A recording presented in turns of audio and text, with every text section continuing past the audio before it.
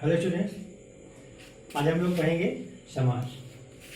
व्याकरण हम पहले बता चुके हैं। व्याकरण का हर पॉइंट बहुत इंपॉर्टेंट होता है, सिर्फ क्लास के लिए नहीं बल्कि प्रतियोगी परीक्षाओं के लिए बहुत ज़्यादा आवश्यक होता है। समास ये सिलेबस में आपको लिखने पढ़ने के लिए आता है, क्लास 9th में होता है। इसका व्यावहारिक प्रयोग पूछा जाता है 10th में भी, 11th और 12th तक इसका क्वेश्चन कुछ कभी कभी आते हैं, ये सिलेबस में आता है। तो आप लोग इसको 9th वाले अच्छे से इसको पढ़ेंगे, नोट बनाएंगे। 10th वाले या आगे वाले जो हैं पहले पढ़ चुके हैं, नोट बना चुके हैं, उसको फिर से रिवाइज करेंगे और जो नहीं लिखे होंगे वो अच्छे से लिख के तैयार करेंगे, क्योंकि इसका व्यावहारिक पूछा जाता है एग्जाम्पल या प्रतियोगी परीक्षाओं में। आपको किसी परीक्षा में हमेशा पूछा जाएगा, इसलिए आवश्यक होता है। हम पढ़ेंगे समास। समास का अर्थ होता है संक्षिप्तीकरण, छोटा कर देना। संधि और समास में अंतर होता है। संधि जो होता है वो वर्णों का मेल होता है और समास शब्दों का मेल होता है। इसका डिफिनेशन होता है जब दो या दो से अधिक शब्दों के मेल से एक तीसरा शब्द बनता है, उसे समास कहते हैं। यानी शब्दों के मेल को समास कहते हैं। दो या दो से अधिक शब्दों को मिलाकर के जब हम एक शब्द बनाते हैं, छोटा कर देते हैं, तो उसे समास करते हैं। समास में दो चीज होता है, समस्त पद होता है और समास विग्रह होता है। समस्त पद होता है जब हम दो शब्दों को जोड़ करके एक अन्य पद बनाते हैं तो उसे हम समास करते हैं। फिर जब हम इन पदों को तोड़ करके अलग अलग लिखते हैं कारक या विभक्तियों के साथ, या जो अन्य शब्द होते हैं जिसका इसमें लोप होता है, उनको इनके साथ जब हम फिर से उसको लिखते हैं तो इसे बोलते हैं समास विग्रह।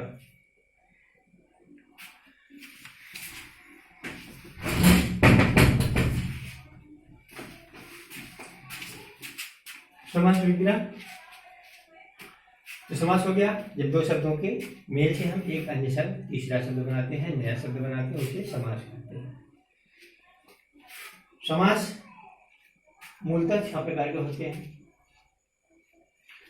आप इस चार्ट को ध्यान से देखिए और इसको अपनी कॉपी में अच्छे से उतार लीजिए। हम इसका डिफिनेशन एग्जाम्पल से बताते चल रहे हैं, आप इसको अच्छे से पढ़ते चलिए। समास के 6 भेद होते हैं। पहला होता है अव्ययी भाव समास।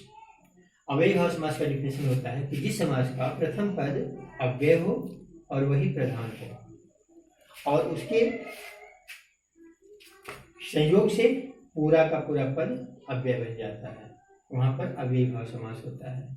क्लियर हो गया डिफिनेशन? जिस समास का प्रथम पद अव्यय हो और वही प्रधान भी हो, वहां पर अव्ययी भाव समास होता है। जैसे आजीवन, इसमें आ अव्यय है, जीवन मतलब जीवन भर। यथा शक्ति, इसमें यथा अव्यय है, शक्ति यानी शक्ति के अनुसार। अनुरूप, भरपूर, आमरण, ये सब क्या है? अव्ययी भाव समास, जिसका प्रथम पद अव्यय हो। अनु, आ, हर, वे, इस तरह के जो उपसर्ग लगते हैं तो वहां पर अव्ययी भाव समास होता है। दूसरा तत्पुरुष समास। तत्पुरुष समास जिस समास का प्रथम पद विशेषण एवं उत्तर पद विशेष्य हो और वही पद प्रधान हो, यानी उत्तर पद ही प्रधान हो, वहां पर तत्पुरुष समास होता है। इसमें कारक विभक्ति का लोप होता है। अभी हम पिछले वीडियो में जब आपको पढ़ाए थे तो कारक पढ़ाए थे। कारक आपको बताया गया था। कारक 8 प्रकार के होते हैं: कर्ता, कर्म, करण, संप्रदान, अपादान, संबंध, अधिकरण और संबोधन। इसमें प्रथमा विभक्ति और अष्टमी विभक्ति यानी कर्ता कारक और संबोधन कारक को छोड़ करके शेष जो 6 कारक होते हैं, 3 कारकों का उसी विभक्ति के अनुसार तत्पुरुष समास हो जाता है। जैसे कर्म विभक्ति का अगर लोप होता है तो कर्म तत्पुरुष हो गया, करण विभक्ति का लोप होता है तो करण तत्पुरुष हो गया, संप्रदान, अपादान यानी जिस विभक्ति का लोप होता है वही तत्पुरुष समास हो जाता है।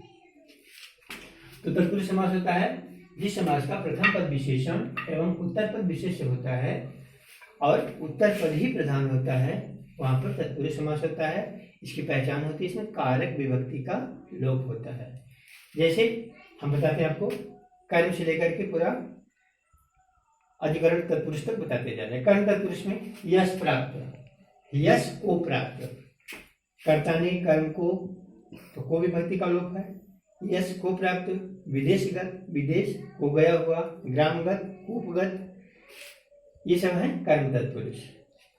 प्रेमाकुल, प्रेम से आकुल, कष्ट साध्य, कष्ट से साध्य, रेखांकित, रेखा से अंकित, जिसमें से का संयुक्त रूप से प्रयोग होता है, साधन के रूप में प्रयुक्त होता है, वहां पर कर्ण तत्पुरुष होता है।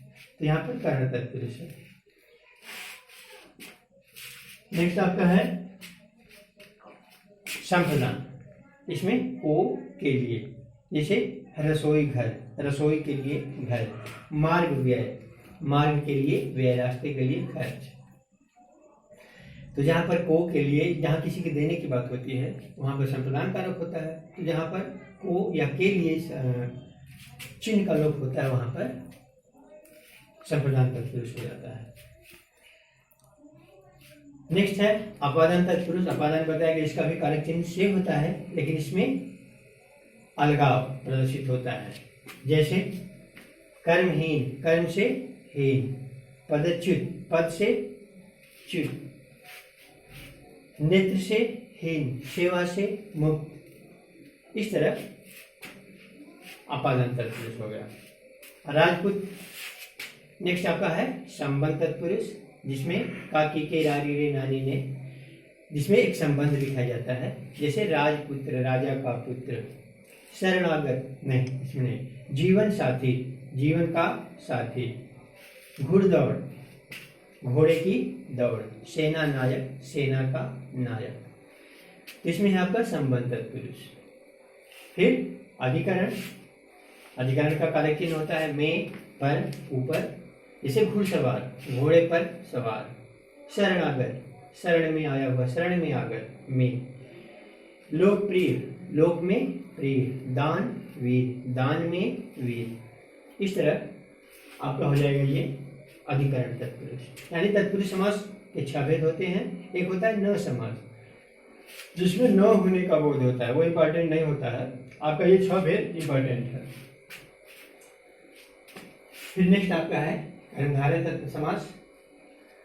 मूलतः जो तत्पुरुष समास होता है उसी के 2 होते हैं, कर्मधारय समास और द्विगु समास, लेकिन सामान्यतः इसको अलग अलग कर दिया जाता है। तो कर्मधारय समास में भी, इसमें भी प्रथम पद विशेषण एवं उत्तर पद विशेष्य अथवा प्रथम पद उपमेय एवं उत्तर पद उपमान होता है, और उत्तर पद ही प्रधान होता है, वहाँ कर्मधारय समास होता है। इसमें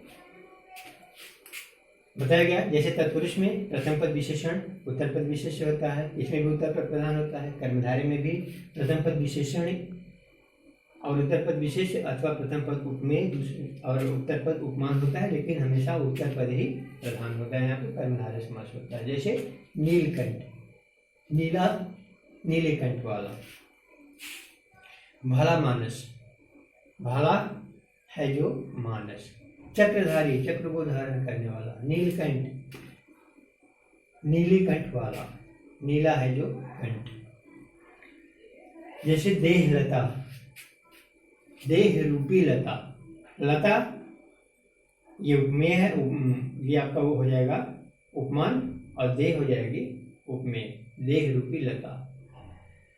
चंद्रमुखी, मुख है चंद्र के समान मुख, यहाँ पर उपमेय और उपमान है। यानी यहाँ पर उपमेय या उपमान हो अथवा विशेषण विशिष्ट हो, वहां पर कर्मधारय समास होता है। नेक्स्ट आपका है द्विगु समास।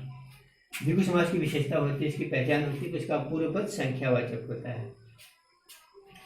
इसमें भी उत्तर पद प्रधान होता है, उत्तर पद इसमें भी विशेष्य होता है, और समूह बोधक या समाहार बोधक शब्दों का प्रयोग किया जाता है। अगर आप समाहार का प्रयोग नहीं करते हैं तो जब माइन्यूटली चेकिंग की जाती है तो उसमें इसको कर्मधारय में मान लिया जाता है। जैसे तिराहा, 3 राहों का समाहार, 3 राहों का समूह, यह हो जाएगा द्विगु समास। लेकिन अगर हम इसको सीधे सीधे कहेंगे कि जहाँ तीन राहें मिलती हैं वहाँ पर हो जाएगा कर्मधारय। लेकिन हम सामान्यतया जिसका पहला पद संख्यावाचक होता है उसे हमेशा द्विगु ही मान लेते हैं। जब मानुटली चेकिंग की बात होती है तो वहाँ पर इसको इस तरह से देखते हैं, अगर समूहवाचक शब्द का प्रयोग किया जाता है तो द्विगु होता है और अन्यथा कर्मधारय होता है। लेकिन आप सीधे सीधे समझिए जिस समास का प्रथम पद संख्यावाचक है वहाँ पर हमेशा द्विगु समास होता है। सिंपली यही होता है। हम आपको प्रतियोगी परीक्षाओं के लिए बता दिए कि अगर इतना मानुटली अगर दोनों दिया होता है, अगर विग्रह दिया होता है तो विग्रह के आधार पर इस तरह से इसको कर्मधारय मान लिया जाता है, और अन्यथा सामान्य जो हमारा सिलेबस में चलता है वहां पर प्रथम पद संख्यावाचक है तो द्विगु समास ही होता है। नेक्स्ट है द्विगु समास, जैसे आपका 95, 5 मुख वाला, चौराहा, तिराहा, त्रिमूर्ति, चतुर्भुज, इसमें जो पहला पद है वो संख्यावाचक है, इसलिए यहाँ पर द्विगु समास होता है। नेक्स्ट आपका द्वंद्व समास, इसमें दोनों पद प्रधान होते हैं, दोनों पद समान होते हैं, समानार्थक होते हैं, और इसमें समुच्चय बोधक अवयवों का लोप होता है, और, तथा, या, इन तरह के समुच्चय बोधक अव्यय का शब्दों का लोप होता है। और इसकी सामान्य पहचान होती है कि इन दोनों शब्दों के बीच में सामासिक चिन्ह लगा होता है। सामासिक चिन्ह जैसे दाल रोटी, दाल और रोटी, माता पिता, माता और पिता, छोटा बड़ा, छोटा और बड़ा, भाई बहन, भाई और बहन, राजा रानी, यानी जिसमें और, तथा ऐसे शब्दों का जहाँ पर लोप होता है वहाँ हमेशा द्वंद्व समास होता है। इसमें दोनों पद प्रधान होते हैं, इसमें कोई गौड़ नहीं होता। नेक्स्ट होता है बहुव्रीहि समास, जिस समास में कोई पद प्रधान न हुआ था, दोनों पद गौड़ होते हैं और कोई अन्य पद प्रधान होता है, तीसरा पद प्रधान होता है, वहां बहुव्रीहि समास होता है। यानी इसमें जो दोनों पद दिए होते हैं उनमें से कोई प्रधान नहीं होता है, एक तीसरा जो अर्थ देने वाला अन्य पद होता है वही प्रधान होता है, वहां पर बहुव्रीहि समास होता है। जैसे नीलकंठ, अभी हमने आपको कर्मधारय में इसका एग्जाम्पल दिया, नीलकंठ, नीला है जो कंठ, इसका हम विग्रह करेंगे, अगर नीला है जो कंठ तो कर्मधारय हो जाएगा। लेकिन इसमें आप सीधे सीधे देखेंगे कि नीला भी है और कंठ भी है, नीला है जो कंठ। लेकिन बहुव्रीहि समास में अगर हम इसका विग्रह करेंगे तो बोलेंगे कि नीला है कंठ जिसका अर्थात शिव। अब आप अन्य पद जो शिव है उसमें न तो नीला दिखाई देगा ना ही कंठ दिखाई देगा, यानी जहां पर दोनों पद गौड़ हो जाते हैं और अन्य पद प्रधान होता है। जैसे चक्रधर, इसमें चक्र को धारण करने वाला, यह है कर्मधारय। चक्र को धारण करने वाला अर्थात विष्णु, ये हो जाएगा बहुव्रीहि समास।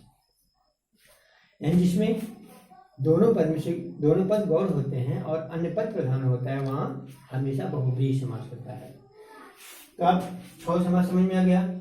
अब द्विगु समास और बहुव्रीहि समास, कर्मधारय समास, तीनों में थोड़ा सा डिफरेंस समझिए। अभी हम आपको बताए जिस समास का पहला पद संख्यावाचक होता है वहां पर द्विगु समास होता है, अगर संख्यावाचक ना हो तो ये कर्मधारय हो जाता है, क्योंकि इसमें भी उपमेय, उपमान या विशेषण और विशेष्य होता है। अगर इन्हीं को कोई अन्य पद प्रधान हो जाता है विग्रह में तो उसे बोलते हैं बहुव्रीहि समास। जैसे आपका बताया गया अभी कंचन वर्ण, कंचन मतलब होता है सोने के रंग वाला, स्वर्ण रंग वाला, कंचन के समान रंगों वाला, यानी अत्यधिक गौर वर्ण। तो बोलेंगे कि कंचन वर्ण, जैसे बोलेंगे मेघनाद, मेघ के समान गर्जना करने वाला, ये कर्मधारय हो जाएगा। लेकिन अगर हम इसका बोलेंगे कि मेघ के समान गर्जना करने वाला अर्थात रावण का पुत्र मेघनाद, ये हो जाएगा बहुव्रीहि समास, क्योंकि ये मेघनाद के लिए रूढ़ हो जाता है। इस तरह से आपके पूरे समास समझ में आ गए। अच्छे से इसको आप पढ़ेंगे और समझेंगे। जो समझ में नहीं आता उसको कमेंट के माध्यम से या SMS के माध्यम से आप फिर से पूछेंगे और पूरा एग्जाम्पल सहित अपनी कॉपी में नोट करेंगे और समझेंगे। इसके अलावा भी आपको जितने एग्जाम्पल समझ में आते हैं, इस डिफिनेशन के आधार पर आप उसका नोट बनाएंगे कि ये फला फला समास में है, इस तरह से एक चार्ट तैयार करेंगे। धन्यवाद।